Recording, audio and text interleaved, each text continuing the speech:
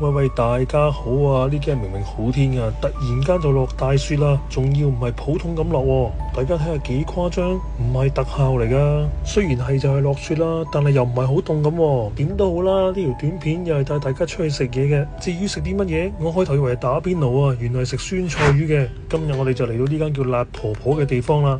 聽到個名入到去，梗係以為淨係食辣啦，原來可以叫一啲完全同辣冇關嘅嘢嘅。咁開始食之前呢，我哋先睇佢嘅裝修先，我覺得幾靚喎。雖然啲字就係簡體字，但係都有啲香港嘅特色嘅。跟住再對比翻網上嘅圖片，真係一模一樣喎。但係咁樣望落去真係似酒吧多啲喎。嗱，我哋再睇下網上嘅圖片，我哋要食嘅就好似呢一烹嘢咁啦。好啦，咁落單嗰度就冇乜特別嘅。咁除咗酸菜魚之外呢，我哋再揀多3個餸，就係咁樣成烹咁樣上啦。咁我哋揀多咗啲咩餸呢？啲配料好似打邊爐咁樣嘅，例如金菇肥牛丸咁樣啦。咁哇，咁快就嚟到啦，我哋即刻開始食啦噃。咁另外我哋仲見到個鹽酥雞添，個份量都幾大㗎，而且仲幾好味，真係值得一試啊！呢個好啦，用咗唔夠1分鐘呢，就介紹完呢間辣婆婆啦，就係咁簡單。咁我哋再去食其他嘢啦 ，Next。好啦，咁我哋嚟到西雅圖市中心啦。呢間餐廳主打就係食雞飯同埋格仔餅嘅。咁你可能會問我呢間餐廳叫乜嘢名？成隻船咁嘅樣，呢間餐廳名就叫 The Boat 咯。嗱，呢一間餐廳呢，外形同埋裝修都好好睇嘅。不過個缺點就係啲位真係太少啦。嗱，喺出邊望入去呢，就唔係好覺嘅，我哋行到入去就一目了然啦。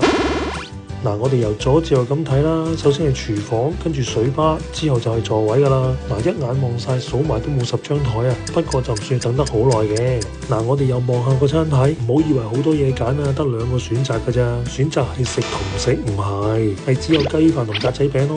嗱，我哋叫完之後，哇，咁快就到啦，個雞飯一啲都唔差㗎，個份量仲有好多添，我同我太太啊2個人食碟都夠啊。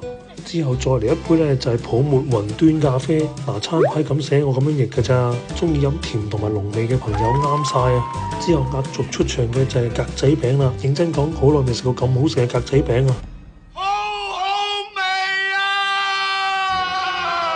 好啦，咁食到最後，佢影翻張相先啦。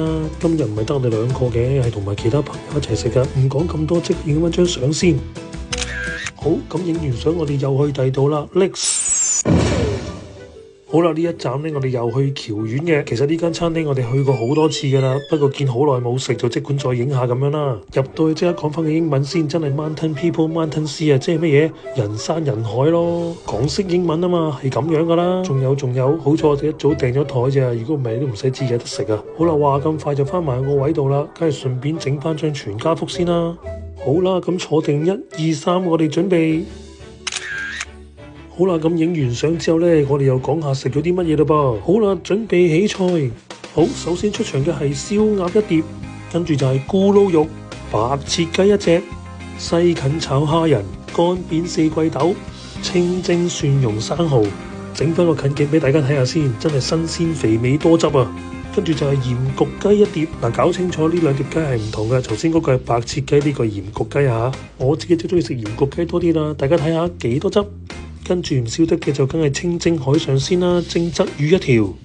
再俾個近鏡大家睇下，唔好嚇親喎。食完魚之後仲有嘅未完㗎，再落嚟嘅就係蒜蓉炒豆苗，最後再加埋呢一隻扮晒蟹，唔好意思，係薑葱炒蟹至啱啊。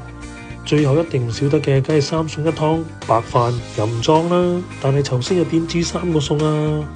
好啦，咁時間過得好快啊！經過一場激戰之後呢，就差唔多食晒啦。食晒之後有咩可以做？影多張合照啦！好啦，坐定就嚟啦，唔數啦呢次。好啦，到最後飯後甜品，大家都行返啟橙先啦。之後因為今日係慶祝滿月酒，所以仲有蛋糕食，係伯娘親手整㗎。咁我哋食埋呢個咁美味嘅蛋糕之後，又係今日嘅尾聲啦。咁飲飽食醉之後，我哋就空空嘅嚟飽飽足足咁離開啦。條片就嚟到呢度啦，下次見啦，拜拜啦。